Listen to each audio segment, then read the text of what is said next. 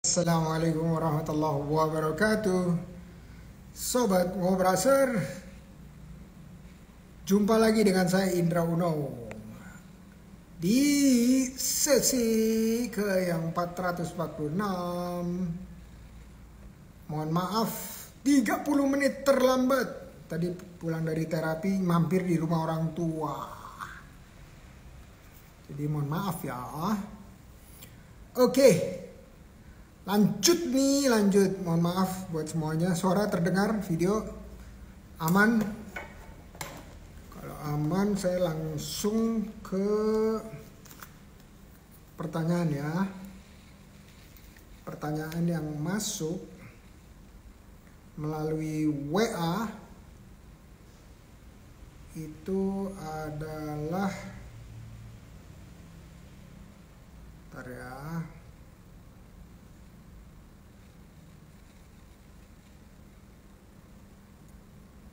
Itu adalah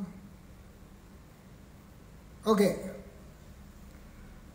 Pak, kalau orang tua kita punya usaha karet di sekitar daerah Sumatera, Bengkulu, kira-kira selain jadi petani karet atau manajer karet, apa kiat sukses yang bisa diterapkan untuk petani karet milenial seperti kami? Karena di sini akses kemana-mana jauh, kadang bingung kalau mau usaha, minta pencerahan. Dari Mas Andre, dulu pernah jumpa pada zaman kampanye. Kampanye yang mana nih? Oke, Mas Andre, saya kasih cerita ya. Cerita di Kayu Aro. Kayu Aro di mana tuh? Di Jambi, alias di Kabupaten Kerinci. Orang tuanya adalah petani kopi. Nah, anak-anaknya apa yang mereka lakukan? Mereka membentuk koperasi, kemudian mereka pakai namanya Koperasi Kopi Kerinci. Mereka pakai teknologi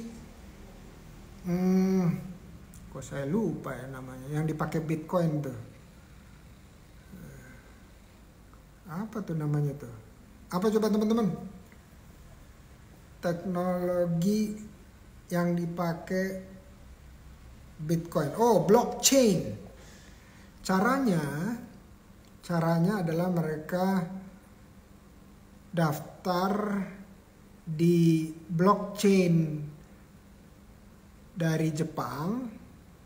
Udah itu terus mereka menginput datanya. Menginput data. Jadi blockchain itu sederhananya teknologinya adalah dia menyimpan segala informasi yang bisa diakses oleh siapapun juga, dan datanya tidak bisa diubah-ubah setelah atau diubah oleh siapapun kecuali oleh originatornya ya. Nah, jadi yang mereka lakukan adalah menginput semua data tentang kopi, mulai dari bibitnya apa, kapan masa tanamnya, siapa yang menanam, petaninya bagaimana, kapan panennya, habis itu mereka jual ke siapa. Saat ini ada sedikit kendala, harap coba lagi dalam beberapa detik. Nah, itu yang terjadi adalah karena kopinya sama-sama aja mereka ekspor, kopinya produknya sama, jumlahnya juga sama, yang membedakan adalah detail informasi mengenai kopinya. Alhasil mereka mampu menaikkan harga jualnya dari $5 per kilogram menjadi $7 per kilogram.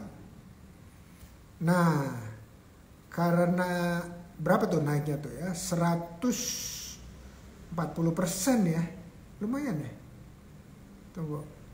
2 bagi 5 kali 20. Iya, 140%. Ya, jadi anak-anaknya bagian tradingnya meningkatkan nilai tambah di tradingnya. Sementara orang tuanya tetap yang menjadi petani. Walaupun nantinya satu waktu anak-anaknya akan mengambil alih menjadi petani. Tetapi mereka bisa meningkatkan nilai tambah dari kopinya dengan menambah informasinya aja.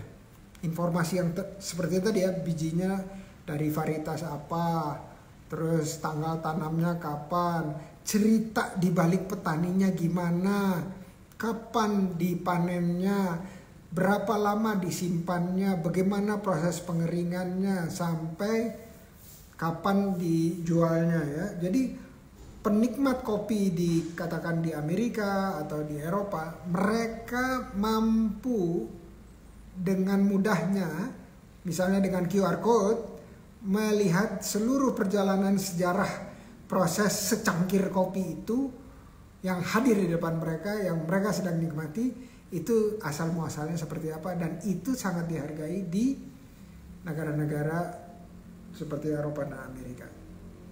Nah, untuk karet sendiri saya belum explore, tetapi itu bisa memberikan gambaran sedikit bahwa anak-anak petani itu bisa ngapain ya dari petani karet. Ya, mungkin nambah prosesnya, mungkin nambah informasi seperti blockchain information tersebut, dan seterusnya ya. Halo Chin, waalaikumsalam, selamat malam. Sehat bahagia selalu Prof. Amin ya rabbal alamin. Coba ya saya lihat siapa yang sudah menyapa. Ini belum ngantuk Win. Mas Win official. Halo Prof, memantau dari Tuban. Masya Allah, barakallah. Oke. Sekarang kita langsung undang Bebek Selamat Keliling dan Dapur Mamoy.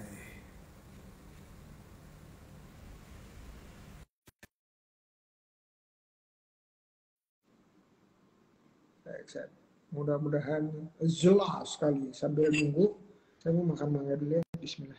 Ini tangan kanan ya.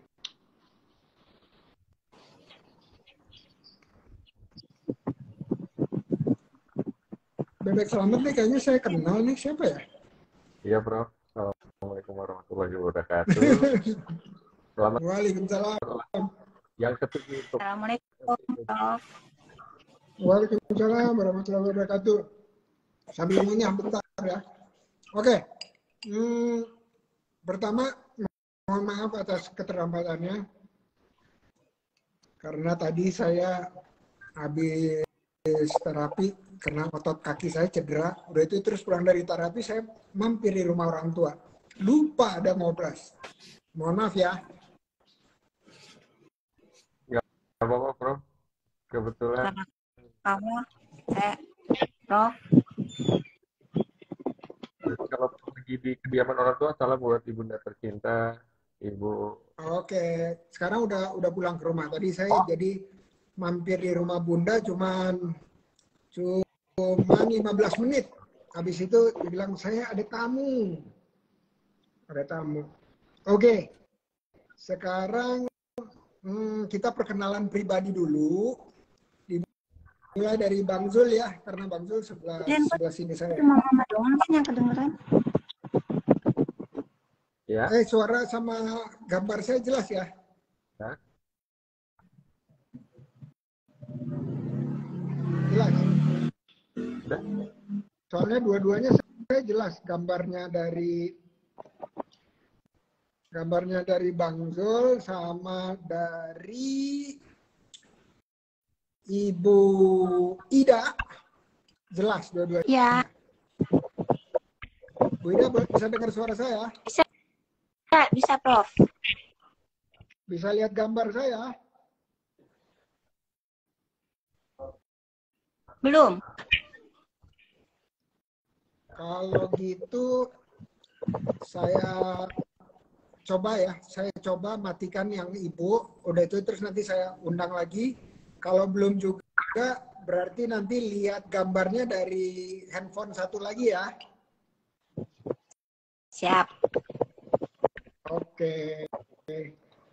Dapur Amoy saya remove dulu sebentar. Oke. Ayo Bang Zul, silakan melakukan kampanye. Assalamualaikum warahmatullahi wabarakatuh. Waalaikumsalam Pertama-tama warahmatullahi wabarakatuh. selamat ulang tahun yang ke-7 untuk OKOC Indonesia, yang kebetulan saya juga ikut hadir dan ikut menyemarakan semangat teman-teman semua dari seluruh Indonesia.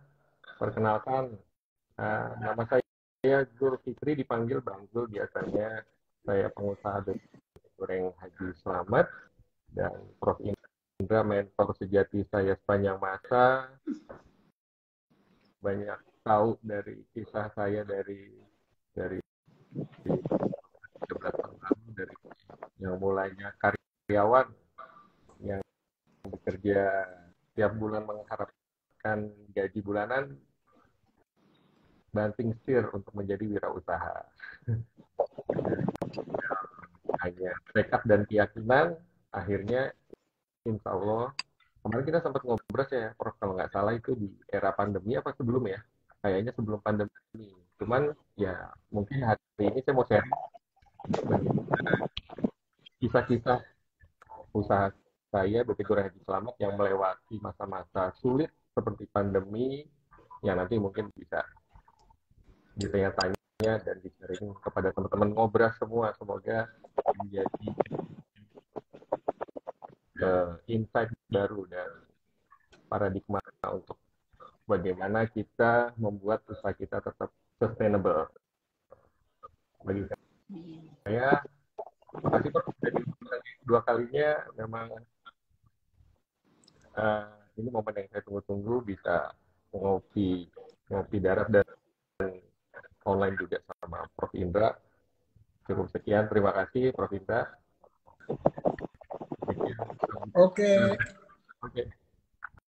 Oke, thank you Bang Zul. Bu Ida silakan. Udah bisa lihat saya belum Bu Ida? Belum bisa lihat Prof, tapi aku bisa lihat Pak Jul. Oke.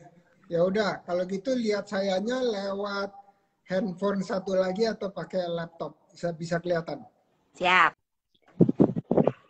Yang penting bisa dengar suara saya seperti mendengar radio zaman dulu.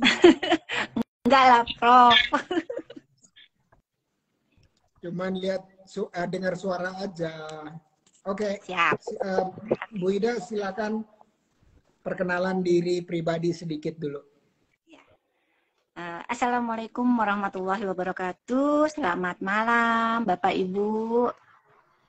Ya, perkenalkan nama saya Kholidah. Saya biasa dipanggil Ida Amoy. Ya.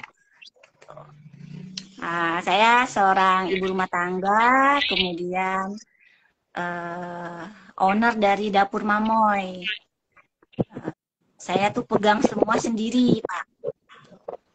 Nah, saya ini punya anak satu, Pak, baru lulus kuliah, gitu. Saya tinggal di Taman Raya Citayam, Desa Rawapanjang, Bojonggede, Kabupaten Bogor. Sebelumnya saya tinggal di Jalan Potlot, Sleng, Duren 3. Wow. Iya, Pak. Slengker. Iya, Prof. Jadi slengker. Dekat slengker, luar biasa. Iya. Jadi kalau aku pelatihan di Tebet itu pasti berangkatnya dari Potlot, Sleng.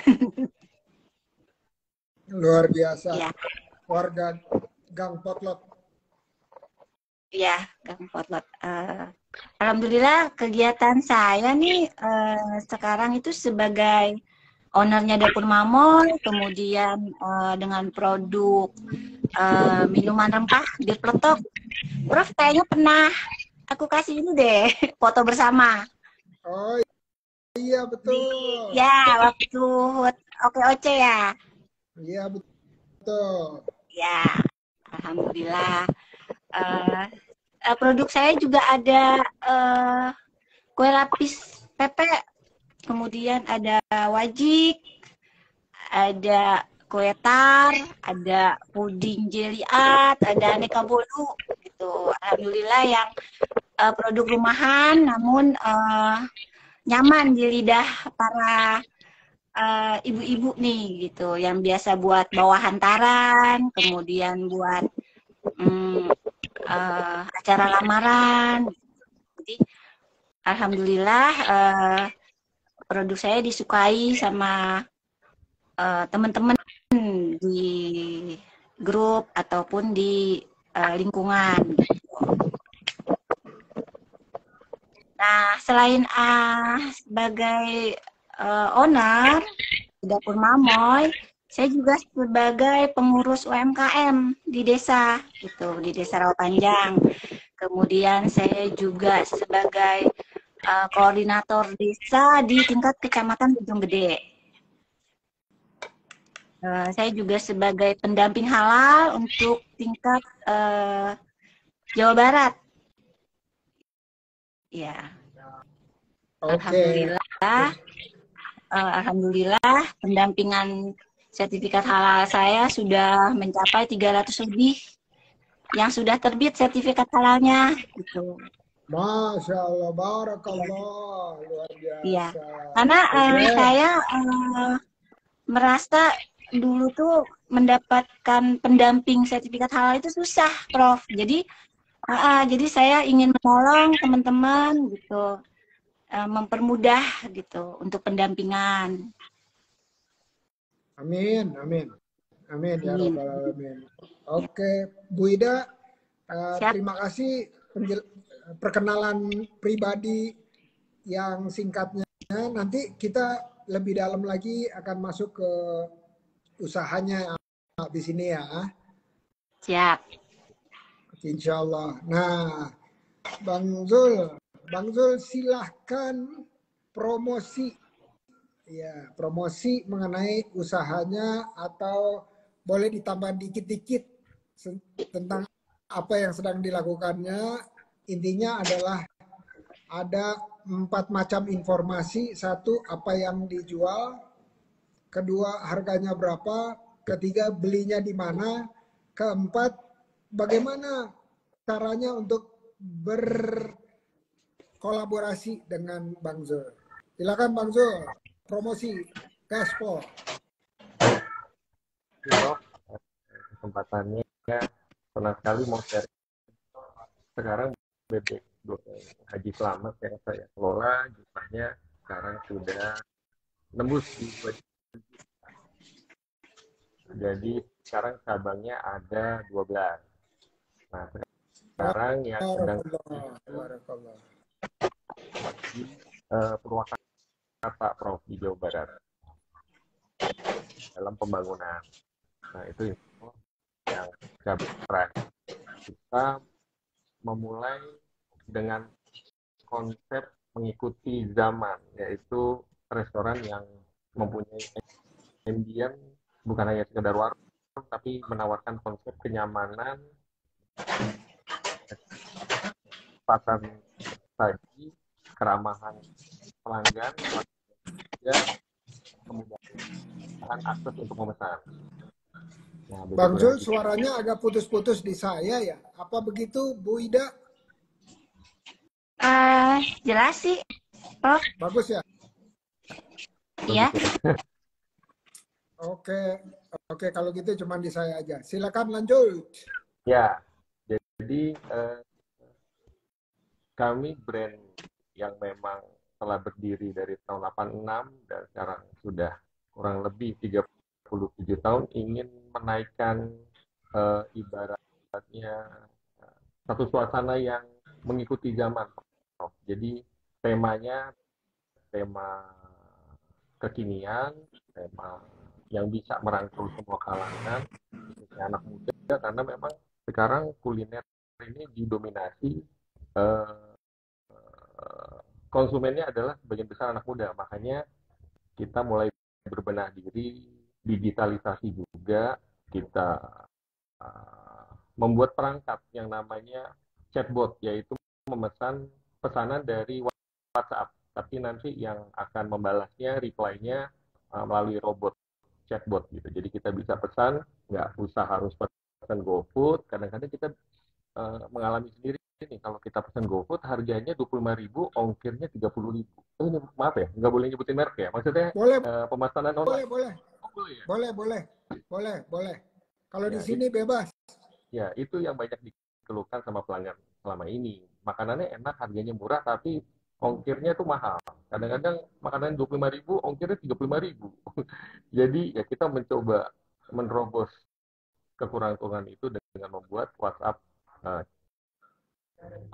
dengan bantuan artificial intelligence, yaitu chatbot itu. Jadi mereply dan kita menyiapkan akomodasi tanpa biaya, tanpa dikenakan biaya maksudnya.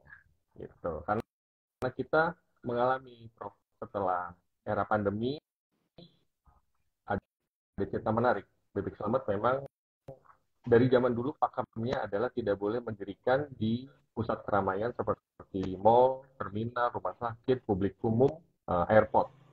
Dan memang teruji pas COVID itu, yang tutup itu kan di area-area publik.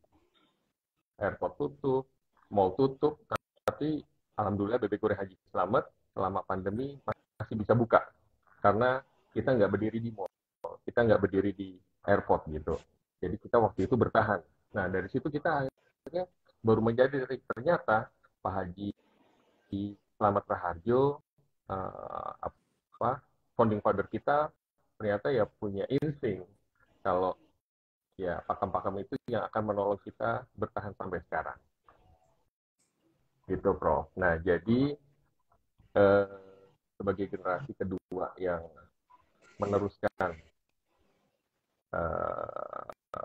legitimasi dan kualitas produk yang selalu terjaga, kita menjemput bola ke konsumen dengan berbagai cara-cara yang ikut dalam era globalisasi ini, termasuk kita buat makanan-makanan yang selain kita bisa masak di restoran, kita juga buat kemasan yang bisa dibawa pulang, berbentuknya setengah frozen, nanti di rumah tinggal di masak sendiri.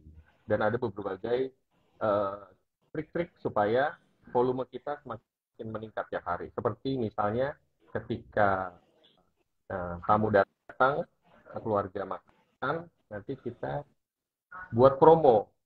Misalnya tebus murah. Misalnya satu paket seekor tebus murah dicoret. Misalnya diberi potongan. Dan itu akan menaikkan volume lagi. Padahal harganya ya kita turunin dikit. Cuman itu jadi mendorong konsumen itu seperti merasa, oh kalau nggak kita ambil promo ini, kita rugi. Nah, jadi orang tuh sudah makan, ngebungkus juga karena ada tawaran menarik. Nah, itu kita subsidi harganya. Gitu. Dan hari-hari tertentu kita tawarkan seperti yang ulang tahun, kita tawarkan minuman gratis, atau yang ulang tahun 2 orang bayar 1. Nah, terobosan-terobosan itu yang sekarang lagi gencar-gencarnya, karena kita menyadari kompetitor selalu berinovasi juga, ya kita harus beberapa langkah lebih maju gitu. Makanya saya alhamdulillah tergabung di OKOC Skies ini sangat terbantu, karena Skies itu kan langit ya. Langit itu berarti luasan tanpa batas, di mana pengetahuan kita bisa dapatkan, mencari pengetahuan, mencari ilmu sampai negeri Cina. Kalau di dalam penerbangan kita bilang sky is very fast, but there is no error. Jadi udara itu luas, tapi sebagai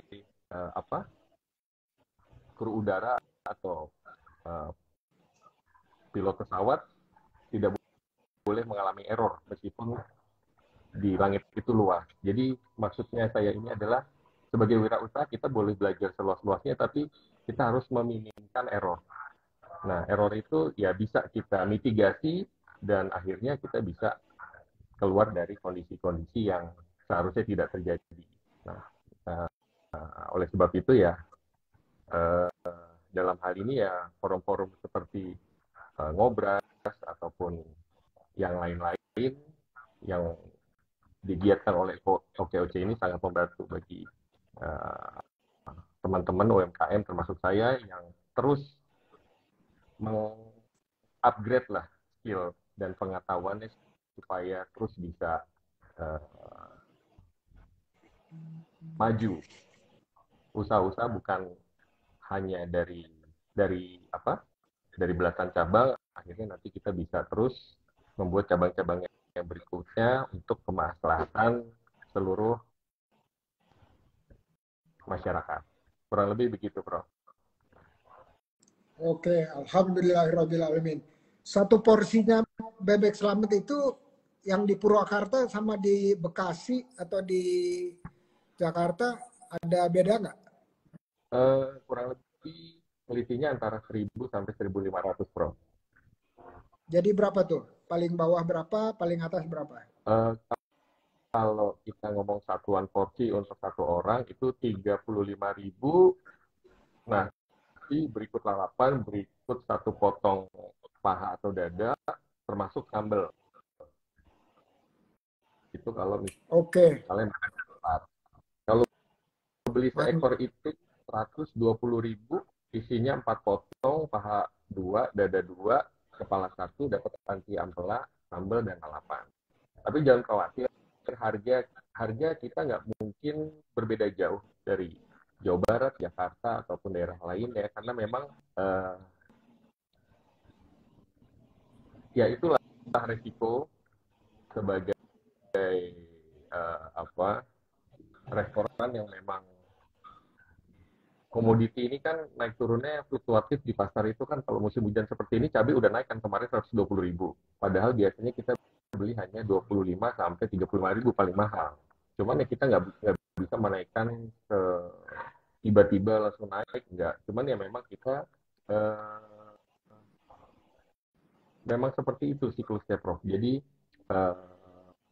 porsi tidak kita kurangin, harga tetap, tapi ya selisih itu profit itu ya memang ya itu berkah yang memang didapatkan pada kondisi-kondisi hari-hari besar ataupun kondisi sekarang hujan yang curah hujan tinggi seperti ini, harga cabai naik gitu kan, ya kita hanya bertahan dan insya Allah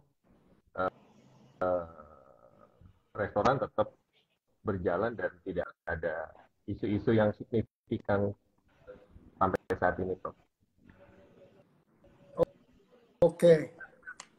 Nah, itu kalau nanti deh, habis ini saya tanya-tanya ya. Ini karena ini baru promosi ya. Makasih atas promosinya. Jadi pengusaha bebek goreng selamat. Jadi bermitra dengan foundernya almarhum ya, almarhum Pak Selamat ya. Masih ada atau udah almarhum? Sudah almarhum 3 tahun lalu. Oh, sudah almarhum. Oke, makasih Bang Zul. Sekarang giliran Bu Ida promosi, Bu Ida. Ya. Silakan. Siap, Prof. Ya. Saya sebagai owner Dapur Mamoy, itu produk saya bir petok, ini minuman rempah ya, minuman rempah dengan gula batu, jadi aman untuk kesehatan dan ini menyegarkan.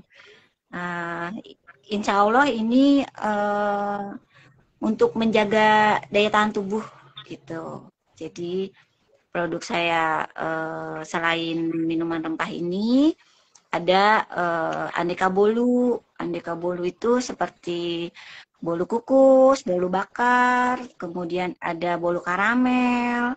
Itu harga sekitar 35.000 ke atas ya, sesuai ukurannya gitu. Karena biasanya kalau untuk hantaran itu memang agak besar dan kemasannya juga lebih menarik. Jadi harganya juga sesuai permintaan customer gitu.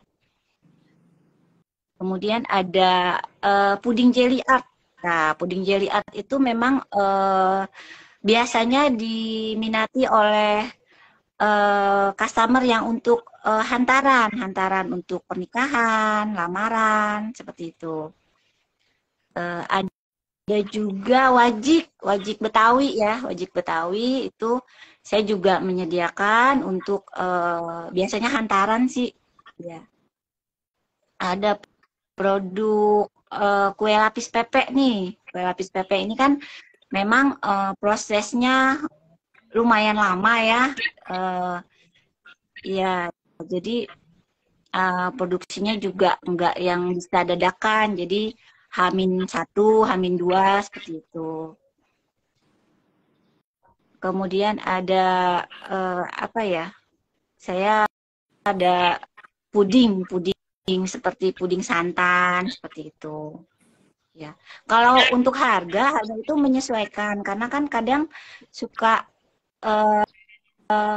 customer tuh seleranya mau cetakannya seperti apa gitu, ukurannya seperti apa, besarnya gitu. Jadi saya menyesuaikan saja gitu. Nah, promosi saya seperti itu aja sih, Prof. Oke, keren Bu Ija. Hantaran ke kantor nggak ada ya? Cuman hantaran buat ngelamar aja. Boleh, kalau Prof mau. Oke. Iya, hantaran tuh biasanya buat kalau yang mau hajatan. Tapi kan hajatan bisa macam-macam. Jadi bisa dipakai Iya. buat lebih luas lagi. Oke, kalau misalnya selama ini jualannya lewat mana ya, Bu Ida? Sejak sebenarnya saya bikin produk bolu itu sejak masih bekerja gitu. Sejak masih bekerja, jadi kalau untuk Sabtu atau Minggu tuh saya bikin pesanan. Apalagi kalau di Potlot Seng itu, aduh, lingkungannya tuh hebat untuk buah tangan tetangga gitu. Ada acara pasti order ke saya itu, tapi bisanya hanya Sabtu Minggu karena kan di luar jam kantor ya istilahnya. Nah, sejak pandemi saya itu memanfaatkan hobi saya untuk membuat kue gitu. Jadi pada saat pandemi itu saya malah lakunya sih di bir petok karena untuk ini ya, untuk menjaga stamina ya gitu. Nah, kalau setelah pandemi itu saya jualan via status aja, status WA. Kemudian di grup, kebetulan kan memang saya bergabung di grup UMKM itu sejak sudah tidak bekerja. Jadi saya mau berjualan tuh lewat mana gitu, bingung kan. Nah, kemudian ada teman ikut grup UMKM saja gitu. Jadi share di grup, kemudian status. Nah, itu alhamdulillah berkembang dan alhamdulillah lingkungan juga cocok dengan rasanya gitu. Jadinya terima orderannya tuh via WA aja gitu. Dan kalau untuk hantaran itu saya biasanya H-2 gitu karena kan masih kecil gitu produk bahan bakunya tuh masih sedikit gitu. Jadi kalau ada orderan baru saya belanja gitu. Jadinya memang masih homemade lah, masih dari nol lah gitu. Dan sampai sekarang pun saya begitu. Jadi memang tidak ada stok bahan produksi gitu. Jadi memang kalau ada orderan saya baru belanja. Jadi makanya gimana ya, mau untungnya tuh nggak bisa banyak gitu karena kan memang belinya kan masih sedikit gitu. Kecuali belinya terigu 1 karung, nah itu kan mungkin lebih murah ya gitu. Oke, Itu aja. oke. Kalau reseller punya nggak? Reseller, alhamdulillah. Kalau untuk bolu mungkin tidak apa ya, tidak banyak. Jadi paling sedikit ya kalau untuk hantaran. Paling ada teman-teman di daerah desa lain itu order untuk dia jual lagi karena tetangganya hantaran gitu. Jadi paling cuma sedikit lah gitu. Tapi kalau untuk bir peletok itu saya suka nitip ke teman-teman yang ada grup senam gitu. Grup senam kan grup gym gitu. Jadinya ya sedikit-sedikit lah, Prof. Iya, iya. Alhamdulillah. Oke, Alhamdulillah. terima kasih. Luar biasa ya. Jadi ini ready made food. Ready made food. Mirip-mirip dengan nanti mungkin ya, mungkin bisa berkolaborasi dengan Bebek Haji Slamet nih. Ya, Bebek Slamet siapa tahu bisa bisa bikin kolaborasi gitu ya. Karena mereka juga kan Bebek Slamet juga dadakan juga, bukan kayak bukan tahu bulat aja yang dadakan, tapi Bebek Slamet juga dadakan. Ya, jadi nanti habis ini Bang Zul silakan dieksplor kolaborasi ya Bang Zul ya. Pasti Prof, pasti saya pasti banyak. Nanti habis ini hubungin Ibu apa warung Ibu Gemoy ya? Ida, Bu Ida. Dapur Ibu Mamoy ya. Ida. Oh, Gemoy jadi ya. Dapur Mamoy. Ini kebanyakan nonton politik jadi Iya. disebutnya Ibu Gemoy. Ibu Gemoy. Itu dapur Mamoy itu Mama Amoy. Tapi Mama Bu Ida Amoy. Oh, iya. Iya, nama kecil. Bisa diplesetin itu. iya. Dapur Gemoy. Dapur Gemoy. Oke, oke. Nah, yang berikutnya nih supaya teman-teman tahu ya, langsung aja kan mereka kalau nonton ini itu wah asik ya punya usaha gitu. Terus udah berkembang, udah stabil dan seterusnya. Tapi mereka nggak tahu tuh prosesnya sampai sekarang itu kan berlika-liku, betul ya? Betul. Nah, jadi mau tanya nih, ada nggak cerita yang mau dibagi ke saya dan teman-teman mengenai cerita-cerita yang rasa-rasanya seperti jamu, pahit-pahit gimana gitu? Ada nggak Iya. Bang Zul? Saya ada Prof, Silakan Bang Zul. sama seperti kayak Bu Ida. Mungkin Bu Ida tadi bilang sempat di awal menyiapkan segala sesuatunya sendiri ya Bu Ida ya. Iya, betul. Saya juga pernah mengalami seperti itu.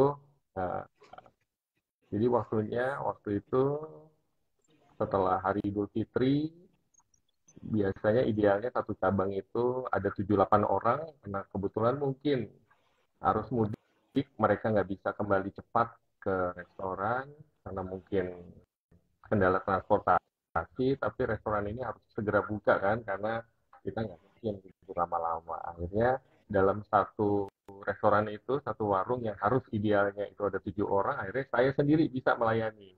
Kelihatannya nggak mungkin, tapi ternyata bisa. Jadi mulai memasak nasi, mulai giling sambal, ngebumbuin bahan baku, menggoreng, dan itu seketika waktu setelah sholat isya jam makan malam semuanya akhirnya datang langsung. Mungkin sekitar ada 7-8 Gojek, ada mobil beberapa, dan mereka langsung tiba seperti ombak, tiba-tiba datang. Dan saya waktu itu lagi sendirian karena memang waktu itu nggak sengaja, mungkin di hari Idul Fitri restoran banyak yang tutup. Akhirnya ya alhamdulillah saya bisa melewati semua gitu kan. Saya hanya bilang sabar ya Pak, karena karyawan kita pada belum pulang, dan mereka ya memang tidak bisa membeli, restoran pada tutup, ya mereka sabar menunggu. Dan saya setelah selesai akhirnya berpikir, ternyata sesuatu yang nggak mungkin kalau kita memang bisa gitu kan, terbiasa, dan bisa karena terbiasa gitu ya. Ya akhirnya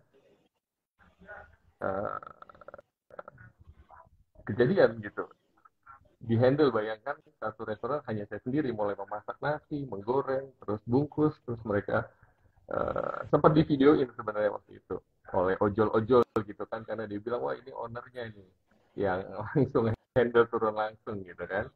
Nah, jadi begitu kira-kira, mungkin 2-3 orang harusnya nyerah kalau nungguin satu resto ya, cuman ya saya men-challenge diri sendiri gitu.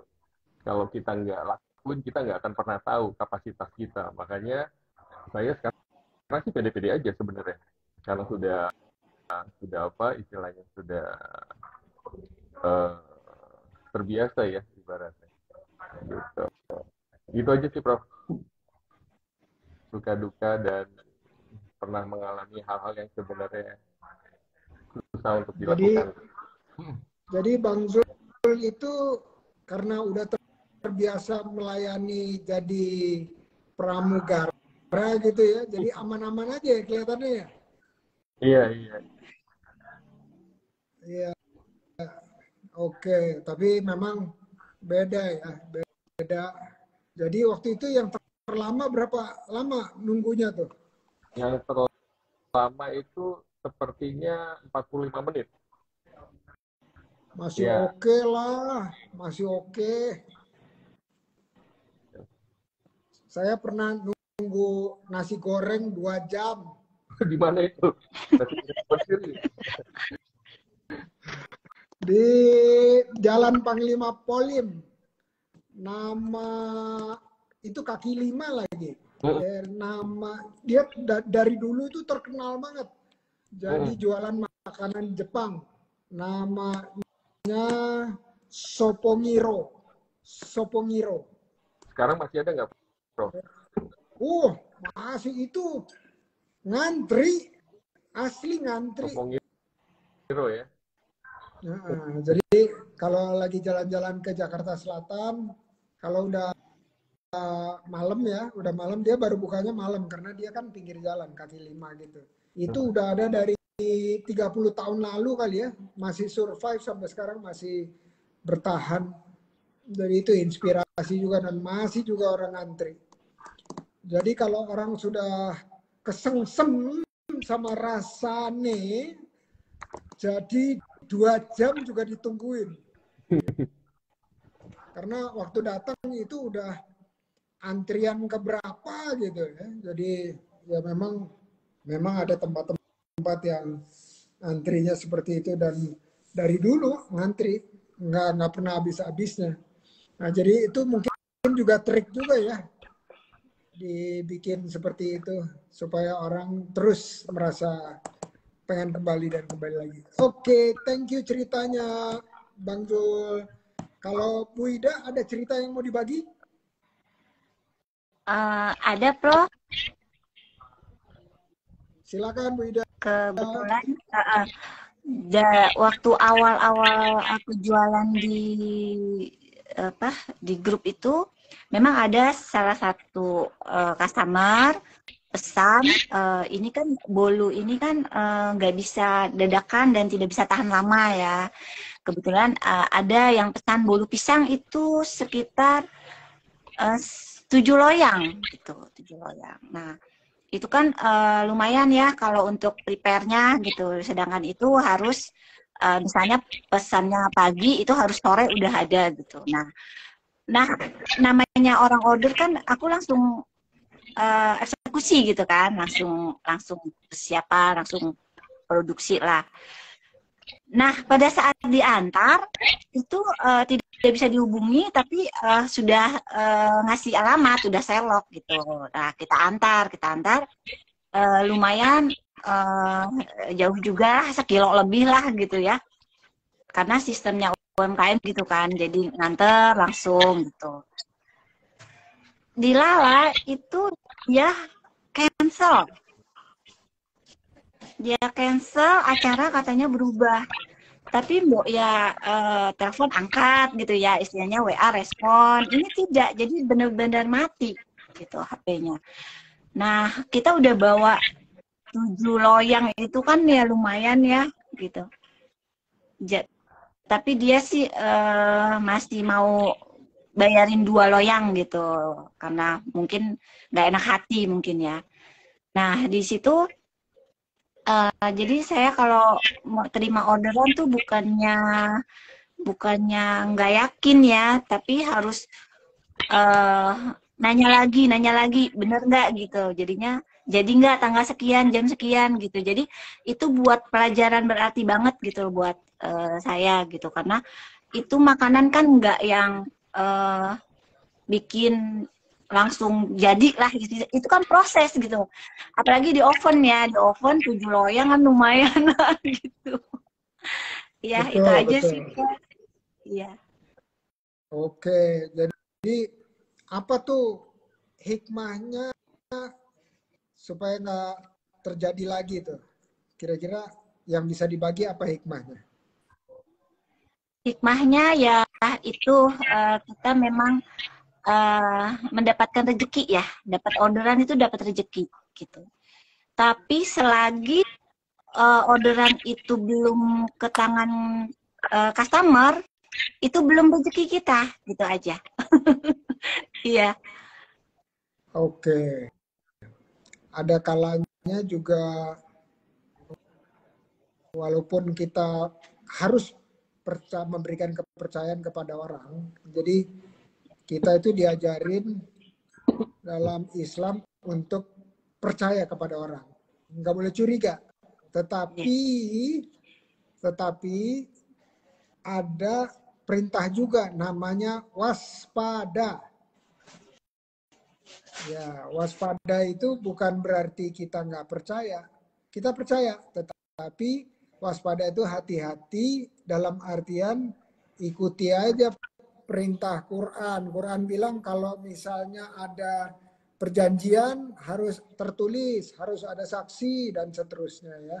Jadi dalam hal order memang waspadanya adalah minta DP dulu misalnya. Ya, DP dan DP-nya itu menutup biaya semua. Ya, jadi kalau terjadi cancel, DP-nya udah cukup untuk menutup semua biaya yang keluar. Walaupun tidak ada untungnya, tapi kadang-kadang kita bisa juga untung karena hasilnya masih bisa kita jual kan ke orang lain kalau cancel seperti itu. Ya itu namanya waspada. Jadi kita diajarin bukan untuk, nah ini juga buat Bang Zul nih. Bang Zul kan turun di politik nih. Di politik itu kepercayaan itu sangat mahal katanya. Tetapi itu prakteknya. Sementara di dalam agama kita disuruh, diperintahkan untuk percaya, untuk husnuzon. Nah, tapi kalau orang udah sekali, 2 kali, 3 kali ditipu gitu gara-gara husnuzon, berarti masih ada komponen waspadanya yang belum kita lakukan dengan sepenuh-penuh hati, dengan cerdas dan dengan kerja keras gitu kira-kira. Jadi nanti kalau jadi terpilih jadi anggota legislatif jangan dibalik ya, jangan dibalik, karena anggota legislatif itu Kalau mereka sistemnya nggak percaya dulu baru sampai percaya gitu. Kalau kita harusnya dibalik, percaya dulu tapi plus waspada. Pada. Baik, Prof. Gitu. Nah, berikutnya ini waktunya untuk tanya-tanya ke saya. Kalau bisa saya jawab, kalau nggak bisa saya bilang tanya Coach Ida Nur. Oh, nanya yang di luar UMKM boleh, Prof? Boleh. Kalau ada yang terkait usaha, Iya. silahkan. Tapi sebenarnya, ada satu pertanyaan dulu sebelum nanya itu ya. Iya. Kalau dalam mengembangkan dari satu rumah makan jadi 2 rumah makan, jadi 3 rumah makan misalnya ya, sampai 8 itu pakai uang dari cash flow rumah makan pertama atau bagaimana? Ya, dari awal, dari 0 menjadi 1, terus terang saya waktu itu dalam keadaan minus. Jadi bukan 0 lagi, minus. Jadi waktu itu kalau nggak salah saya jual beberapa aset yang punya. Jadi jual rumah, waktu itu ada di daerah Cibubur, saya jual, terus sama menjual kendaraan, sama sebagian tabungan. Itu untuk membuat satu warung. Dipaksakan diri gitu, memaksakan diri untuk supaya usaha ini buka. Nah, setelah usaha itu satu, memang yang berat adalah ketika satu menjadi 2, Prof. Karena yang satu itu kan berarti harus menyisihkan 50% dari profit selama setahun untuk membuat menjadi satu warung lagi. Gitu. Itu kurang lebih 1,5 sampai 2 tahun untuk menjadi satu kedua. Nah, dari 2 ke 3 itu sebenarnya mudah, karena kan ada dua titik. Jadi mereka bisa kontribusi 25% untuk membuat warung yang ketiga. Setelah 3 ke 4, 4 ke 5 itu makin mudah, karena kan semakin yang patungan banyak untuk membuat menjadi satu. Nah, cuma kan pas lewat pandemi ini kan 4 atau 5 cabang ini harus tetap tumbuh kan, harus nggak boleh yang satu sakit. Kalau yang satu sakit pasti disubsidi dari adik-adiknya nih, gitu. Kalau yang 2 sakit berarti adik-adiknya juga harus nanggung yang 2 gitu. Jadi ya itulah memang sulitnya itu dari 1 ke 2. Setelah 2 ke 3, 3 ke 4 itu ya mereka udah semacam cabang itu patungannya mungkin 10% dari profit selama setahun itu ya mereka membuat satu cabang lagi gitu, Prof. Jadi semuanya pakai uang sendiri atau uang sendiri plus cash flow atau beberapa partner? Oh, sendiri. Uang sendiri dari keuntungan per cabang. Jadi bukan konsorsium beberapa orang satu cabang ya. Gitu, Prof. Oke, silakan tanya, Nah, Bang Zul. bulan kemarin saya tetap sempat ke negara tetangga Malaysia, gitu kan. Ya, jalan-jalan studi banding, terus melihat F&B di sana ya, dan sempat mampir nih di stasiun pengisian bahan bakar, gitu kan. Saya sewa mobil, akhirnya saya harus ngisi bensin sendiri karena nggak bawa supir, saya gitu sendiri. Akhirnya saya beli bensin nih, di bensin ternyata harganya itu 2 ringgit, 2 ringgit, which is kalau misalnya ringgit Malaysianya itu 6.000, 3.000, berarti kan 1 liternya itu hanya 6.000, dan itu oktannya itu 95. 95 itu di atasnya Pertamax kita. Nah, saya berpikir, kita kan kok bisa harganya tinggi gitu loh. Sedangkan ladang minyak kita dari Aceh sampai timur itu kan banyak.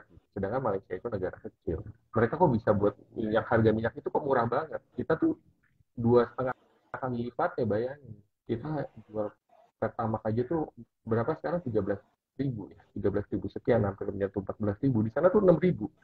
6.000 itu udah setingkat Pertamax lebih tinggi, Pertamax Green kalau di sini. Nah itu yang saya bingung, apa gara-gara sembako kita mahal, gara-gara ya transport kita juga mahal gitu loh. Penyaluran, iya kan, penyaluran bahan baku dari desa ke kota karena ongkosnya terlalu tinggi gitu kan, bahan bakar naik segala macem ya, pantesan aja harga kita ya nggak stabil gitu, cenderung tinggi. Makanya ya mungkin Prof bisa tanya, saya mungkin nggak, bukan ahli migas, cuman ini jadi pertanyaan terus menerus bagi saya, kenapa kok dia negara yang kecil bisa menentukan harga minyak yang relatif murah gitu, 6.000 bayangin gitu, di kita 14.000. Nah itu coba Prof, ya ini sih ada hubungannya mungkin ya dari apa ya, kenapa kita semuanya serba naik, ya mungkin itu kali, distribusinya itu yang mahal. Coba Prof, saya mungkin bisa dapat ini dari Prof jawaban. Oke, kalau gitu saya tanya Bu Ida dulu ya. Bu Ida, Ya. biar sekalian aja. Bu Ida, terkait usaha ada yang mau ditanya? Iya, ini mengenai usaha saya nih, Prof. Gimana strateginya ya untuk menjaga keberlanjutannya modal gitu? Karena kan ini masih nyampur sama dapur rumah tangga gitu, Prof. Susah banget untuk misahinnya tuh, Prof. Oke, oke. Ini lebih gampang dijawab daripada pertanyaannya Bang Zul tadi. Nah, jadi kalau Coach Ida, dia tahu persis ada beberapa mitra OKOC yang menyediakan platform pencatatan keuangan atau pelaporan keuangan. Dan saya dengar dari beberapa testimoni itu buat emak-emak gitu ya, emak-emak istilahnya yang mengaku gagap teknologi itu bisa bilang bahwa oh ini mudah aplikasinya. Nah itu kalau nggak salah satunya mitra kita adalah Zahir, aplikasi Zahir ya. Jadi dan itu gratis dan ada pelatihannya juga untuk mengisi, karena menurut saya usaha itu harus terpisah keuangannya dengan pribadi. Kalau kantong kiri kantong kanan masih nyampur, dari segi uangnya nggak ada masalah, tetapi dari segi catatannya harus diakui, misalnya diambil buat keperluan pribadi, yang diambil tadi hitungannya adalah hutang pemegang saham atau hutang pemilik, ya itu satu waktu harus dikembalikan. Nah jadi yang penting catatannya, fisik uangnya nyampur nggak ada masalah, tetapi catatannya harus disiplin. Jadi belanja, uang masuk, uang keluar itu tercatat untuk apa dan kemana. Udah itu terus sisanya, saldonya berapa. Udah itu mana yang dipakai buat belanja rumah tangga, mana yang dipakai buat belanja pajak misalnya ya, usaha. Nah itu kalau di OKOC adanya di tahapan ke-6 sebelum tahapan terakhir ke-7 yaitu akses permodalan. Kenapa dia yang ke-6? Karena kalau misalnya sebelum seseorang itu boleh masuk ke akses permodalan, dia harus terampil pelaporan keuangannya.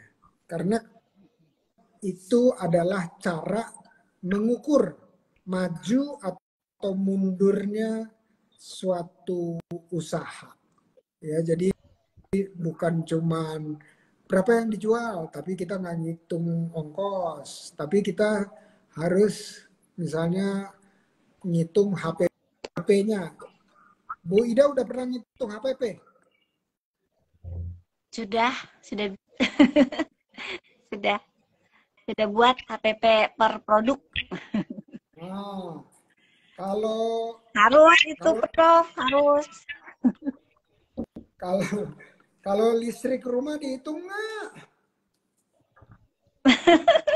Ada berapa persen karena kan mixer, ngoven gitu. Oke. Terus keringatnya Bu Ida dihitung nggak? Nah, itu yang belum. Iya. Itu yang belum, Prof. Nah, jadi kita sebutnya itu adalah gaji gaji ini direktur. Nah, gaji direktur itu mau mau cuman misalnya contoh 500.000 sebulan ya nggak apa-apa. Tapi yang penting dikeluarin namanya gaji direktur. Nanti kalau akhir bulan ada untung baru dikasih ke pemilik sebagiannya lagi jadi modal. Jadi modalnya harus nggak boleh kurang dari hari ke hari. Misalnya modalnya 500.000 gitu ya, besoknya harus utuh 500.000, besoknya lagi harus utuh 500.000, terus sampai akhir bulan. Terus ternyata ada keuntungan 100.000. Nah, 100.000-nya 50.000 buat pemilik Bu Ida, 50.000-nya untuk reinvestasi. Jadi modal buat bulan berikutnya 550.000. Ya, ini terus hari kedua, ketiga sampai akhir bulan nggak boleh kurang dari 550.000 dari hitungannya ya. Jadi kalau misalnya uang di kantongnya nggak 550.000 nggak apa-apa, tapi kita tahu sisanya atau yang lainnya pergi kemana? Piutang kah? Gitu ya.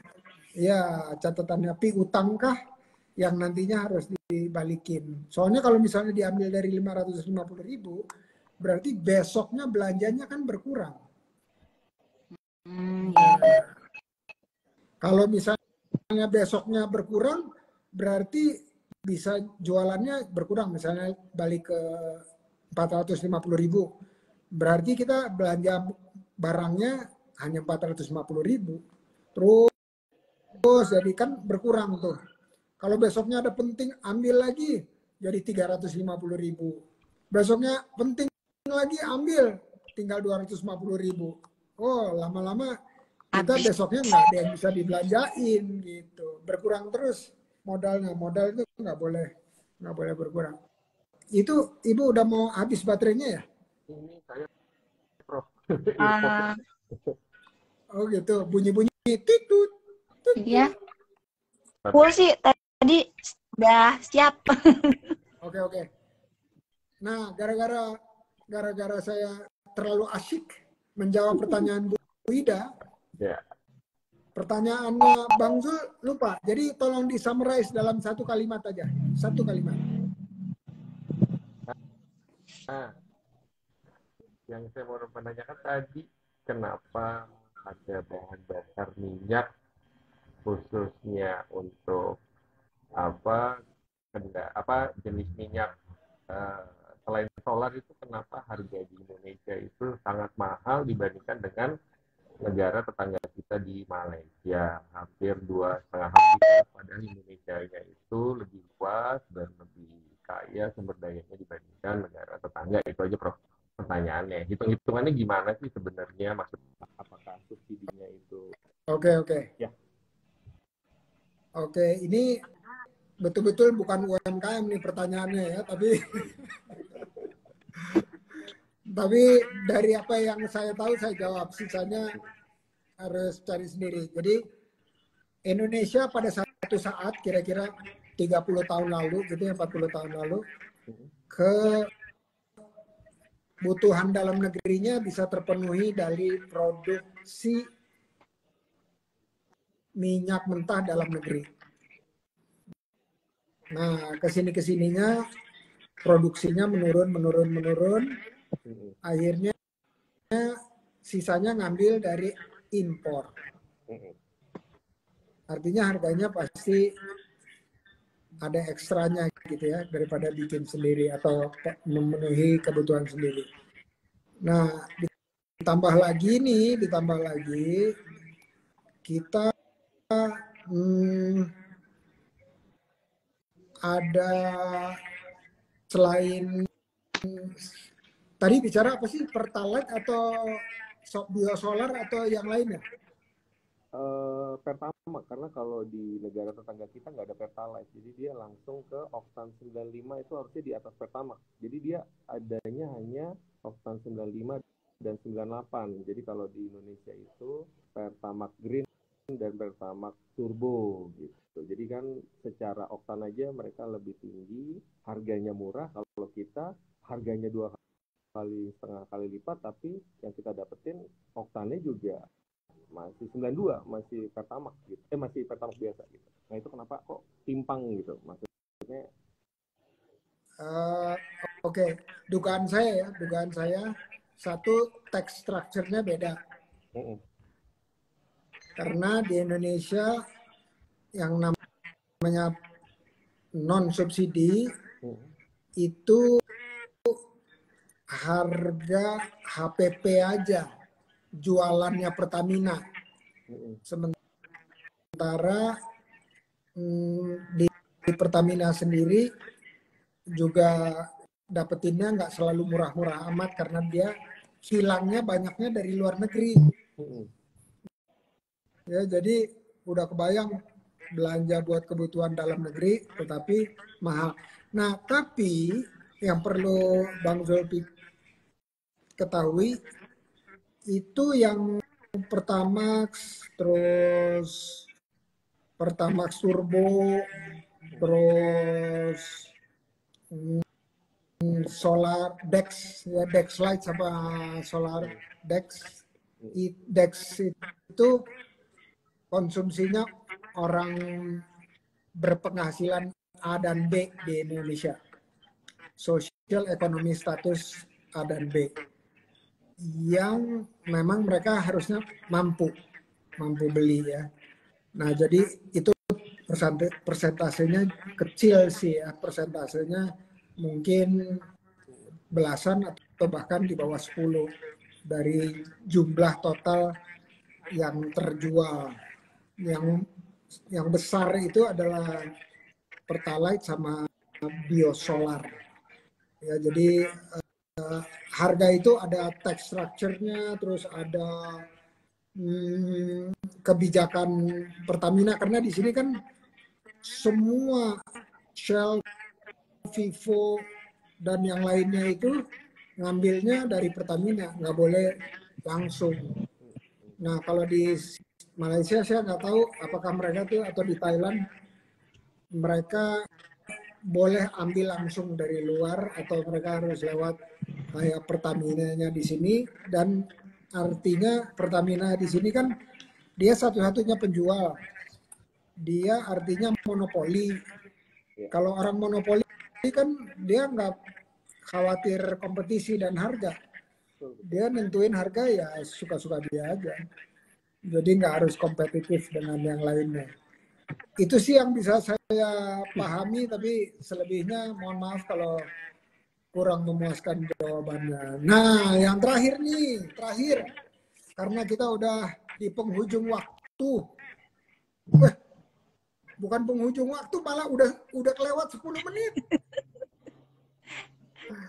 Udah kelewat 10 menit. Nah, kalau gitu ini aja. Langsung kata-kata pesan-pesan yang mau dibagikan kepada saya dan teman-teman sebagai kata-kata penutup. Silakan mulai dari Bang Zul, habis itu Bu Ida. Oke, Prof. Makasih. Tadi saya sempat ditanya sama Mbak Winnie, Bang Zul, temanya kira-kira apa? Saya sempat ketik di WhatsApp, Mbak Winnie, temanya pemuda jangan baperan tapi harus berperan. Gitu.